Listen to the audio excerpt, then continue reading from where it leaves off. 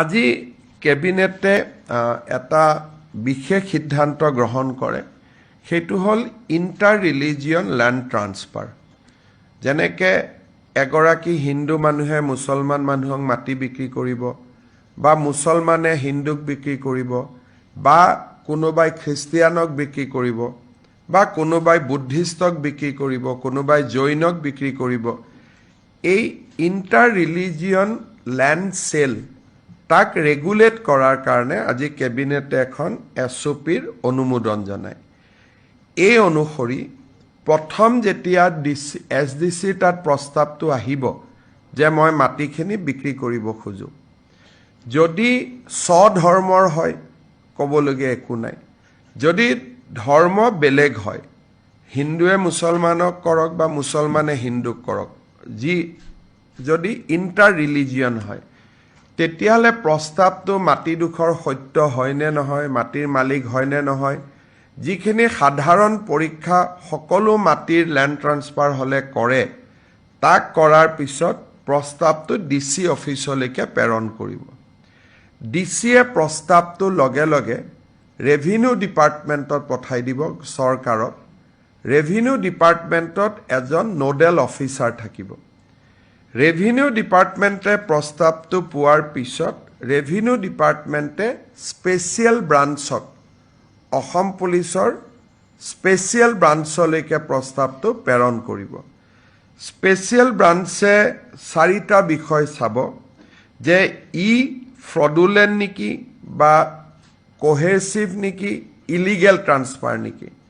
বা কোনোবাই যদি মাটিটো কিনিব খুজিছে তাৰ টকাৰ সোৰ্সটো কি মানে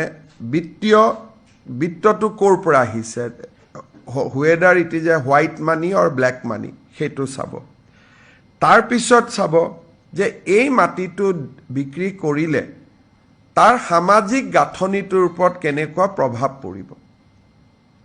তাক পৰীক্ষা কৰিব চতুৰ্থতে ৰাষ্ট্ৰীয় নিৰাপত্তাৰ দিশটো পৰীক্ষা কৰিব এই গোটেইকেইটা দিশ পৰীক্ষা কৰি এছবিয়ে আকৌ চৰকাৰক নিজৰ কথাখিনি লিখি জনাব চৰকাৰে কথাখিনি ডিসিক জনাব আৰু ডিসিয়ে মাটিটো বিক্ৰী কৰিব দিম বা নিদিম তাৰ ওপৰত ডিসিয়ে সিদ্ধান্ত ল'ব এই আজি 6 মাহৰ পৰা ল্যান্ড ট্ৰান্সফাৰ কেছবিলাক বহুতখিনি চৰকাৰতো পেন্ডিং হৈ আছিল এই এছওপি খন যোৱাৰ পিছত আমি এই এছওপি মতে সিদ্ধান্ত আমি ল'ব পাৰিম এই ব্যৱস্থাটো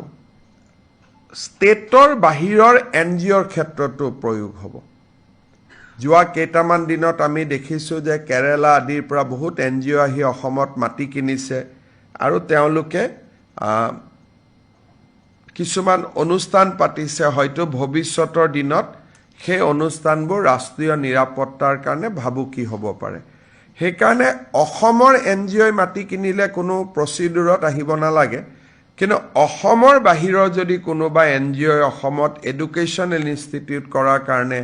মেডিকেল কলেজ কৰাৰ কাৰণে নাৰ্ছিং কলেজ কৰাৰ কাৰণে যদি বাহিৰৰ ৰেজিষ্টাৰ্ড এনজিঅ'ই